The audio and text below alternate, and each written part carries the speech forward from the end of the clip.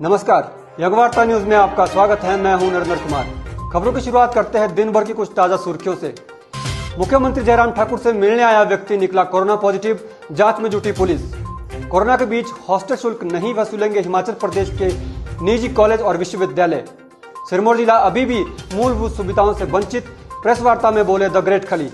हिमाचल प्रदेश के पूर्ण राज्यत्व के अवसर पर भाषा एवं संस्कृति विभाग करेगा पुस्तक प्रकाशन का आयोजन, साहित्यकारों को मिलेगा मौका। टोंस नदी में डूबे भाजपा शिलाई मंडल के उपाध्यक्ष का 5 दिन बाद मिला शव। केंद्र से मिलने वाले मुफ्त राशन में अब चावल के साथ मिलेंगे गेहूं, सरकार ने किया बदलाव। 16 अगस्त तक करे टेट के लिए आवेदन, टीजीटी शिक्षकों और स्टाफ नर्स भर्ती परीक्षा में भी बदलाव।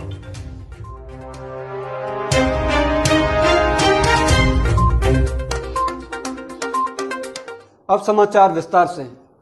गत दिनों गलवान घाटी में शहीद हुए भारतीय जवानों को भारत तिब्बत मैत्री संघ द्वारा मंडी में श्रद्धांजलि दी गई। भारत तिब्बत मैत्री संघ द्वारा मंडी के शहरी मंच पर मोमबत्ती जलाकर और 2 मिनट का मौन रखकर जवानों की शहादत को याद किया गया। संघ के उपाध्यक्ष विशाल ठाकुर ने कहा कि आज शहरी मंच पर चाइना के सामान के साथ साथ उनके दमनकारी नीतियों का भी विरोध किया जा रहा है।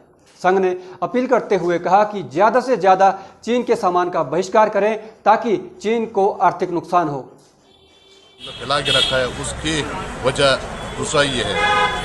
तीसरा जो हम भारत और तिब्बत जितना भी लोग हैं सबको ये मैसेज देना चाहते हैं, चीन का जो सामान जो है वो सब उसके वजह से विरोध करें हम सब मिलके। पूरा भारतवासी और जितना भी पूरा विश्व को ये मैसेज देना चाहते हैं कि चीन का जितना सामान है उसके लिए सब मिलजुल के हम सब मिल के विरोध करें। चाइना का सामान, चाइना की जो भी चीज, सभी को हम लोग विरोध करें। हिमाचल के पूर्ण राज्यत्व की 85वीं वर्षगांठ के अवसर पर भाषा एवं संस्कृति विभाग पुस्तक का प्रकाशन करेंगे, जिसमें विशेष रूप से युवा साहित्यकारों की रचनाओं को विशेष ध्यान दिया जाएगा। यह जानकारी जिला भाषा एवं संस्कृति विभाग के अधिकारी अनिल हाटा ने मीडिया को दी।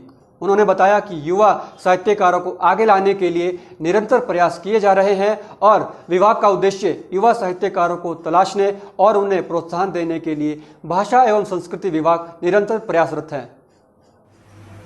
भाषा एवं संस्कृति विभाग हिमाचल प्रदेश द्वारा प्रदेश के युवा साहित्यकारों के लिए एक विशेष अवसर दिया है। इस अवसर में यहाँ के 16 वर्ष से 30 वर्ष के जो हमारे युवा साहित्यकार हैं, हिमाचल प्रदेश के पूर्ण राज्यत्व के 50वें वर्षगांठ के अवसर पर जो है भाषा संस्कृति विभाग एक पुस्तक। भाजपा शिलाई मंडल के उपाध्यक्ष महेंद्र सिंह का शव 5 दिन बाद कोटी छाड़ी डैम के पास मिला है। बता दें कि कुछ दिन पहले महेंद्र सिंह टोंस नदी में नहाने उतरा था कि पानी के तेज बहाव के कारण टोंस नदी की चपेट में आ गया। पुलिस, आपदा प्रबंधन और ग्रामीणों की कड़ी मशक्कत के बाद शव को 5 दिन बाद खाड़ी डैम के पास से बरामद किया गया। डीएसपी वीर बहादुर ने बताया कि शव को पोस्टमार्टम के बाद परिजनों को सौंप दिया गया है। विश्वविख्यात रेसलर द ग्रेट खली के नाम से मशहूर दिलीप सिंह राणा ने आज नाहन में पत्रकारों को संबोधित किया। प्रेस वार्ता में खली ने सिरमौर जिला में खराब सड़कें, स्वास्थ्य सुविधाएं और पानी की सुविधाओं जैसी समस्याओं को उजागर किया। उन्होंने कहा कि जिला सिरमौर में शिलाई जैसे कई क्षेत्र और ऐसे इलाके हैं जहां पर लोगों को अभी तक मूलभूत सुविधाएं भी नहीं मिल पाई है। द ग्रेट खली ने शिलाई में रेस्ट हाउस बनाने के मुद्दे को भी उठाया, जिसका पिछले 21 सालों से अभी तक कोई निर्माण नहीं किया गया है। इसके साथ ही उन्होंने लोगों से कोरोना महामारी से बचाव के लिए सोशल डिस्टेंसिंग और मास्क इस्तेमाल करने की भी अपील की। पानी की समस्या बहुत ज़्यादा है। जितना शिलाई का जो एरिया है ना, बहुत शिलाई पे बहुत प्रॉब्लम है। और स्वास्थ्य की एक ये बहुत बड़ा इशू है। आपको भी पता है, आप तो हर रोज़ फेस करते होंगे इस चीज़ों से। और लेकिन जब मैं भी घर आता हूँ तो मेरे को भी इस चीज़ का सामना करना पड़ता है। तो दुख तो होता ही यार, कुछ नहीं हम कर सकते। हमारे पास एक आवाज़ है। कांगड़ा के ज्वाली में ईंट की अवैध बिक्री जारी है, ये कहना है कांगड़ा ब्रिस्क एसोसिएशन का। ब्रिक्स एसोसिएशन के प्रधान गिरधर शर्मा ने प्रेस वार्ता के दौरान कहा कि हाई कोर्ट के आदेशों के बावजूद भी यहां पर बाहरी राज्यों से अवैध ईंटों की बिक्री की जा रही है। उन्होंने कहा कि हिमाचल प्रदेश की सीमाओं में पिछले लंबे समय से ईंटों की अवैध बिक्री की जा रही है और बिना बिल के ही ईंट बेचे जा रहे हैं। उन्होंने प्रशासन को चेतावनी देते हुए कहा कि यदि 15 दिनों के अंदर कोई ठोस कदम नहीं उठाया गया तो एसोसिएशन के द्वारा प्रदेश भर में धरना प्रदर्शन किया जाएगा। करेंगे क्योंकि अब भट्ठे वालों की बस हो चुकी है, हमारी इंडस्ट्री बिल्कुल बंद होने के कगार पर है। तो अगर हमें जस्टिस नहीं मिलता, अगर ये ऐसा चोरी माल बेचना इलीगल नहीं बंद करते तो हम हर किस्म का अपने कारोबार को बचाने के लिए हर किस्म का वो लड़ाई लड़ने को तैयार। मंडी में एक तरफा प्रस्तावित हवाई अड्डे के विरोध में बलय बचाओ किसान संघर्ष समिति आगे आई है। मंडी के बलय में एक तरफा प्रस्तावित हवाई अड्डे का विरोध करते हुए बलय किसान समिति ने उपायुक्त के माध्यम से प्रधानमंत्री और मुख्यमंत्री को ज्ञापन भेजा। विज्ञापन में कहा गया कि सरकार किसानों का शोषण करके हवाई अड्डे के निर्माण के लिए लगातार आगे बढ़ रही है। उन्होंने मांग की है कि सरकार को किसानों को मुआवजा देना चाहिए ताकि किसान अपनी जमीन खोने के बाद भी अपनी आजीविका के साधन को बनाए रख सके। उसके लिए भी जमीन लेनी पड़ेगी इनको, तो वो कितनी जमीन है जो वो ली जाएगी और उसमें कितने और किसान आएंगे, ये पूरे की तरह पूरे का पूरा बल जो है, ये सारे का सारा बल इसमें खत्म हो जाएगा। इसके बाद अभी रेलवे आनी है तो किसी भी ढंग से ये नहीं बचेगा। इसलिए हम आज फिर उनको ये बताने की कोशिश करेंगे और समझाएंगे कि आप बल के बीच में किसी भी हालत में ये प्रस्तावित अड्डे की जो जिद सरकार ने पकड़ी है इसको छोड़ दो, इसको दूसरी जगह जहां मर्जी बनाओ, हमें कोई एतराज नहीं, हम इसके खिलाफ। वक्त एक छोटे से ब्रेक के बाद देखिए, वैश्विक महामारी कोरोना से मुक्ति के लिए भाजपा महिला मोर्चा द्वारा किया गया 55 लाख गायत्री मंत्रों का जाप। गलत तरीके से बीपीएल में शामिल 38 परिवारों को किया गया बाहर, अब पात्र परिवार को ही मिलेगा बीपीएल का लाभ। और अब सप्ताह में 2 दिन खुलेंगे आंगनबाड़ी केंद्र, कार्यकर्ता करेगी नए ज्ञानवर्धक कार्य।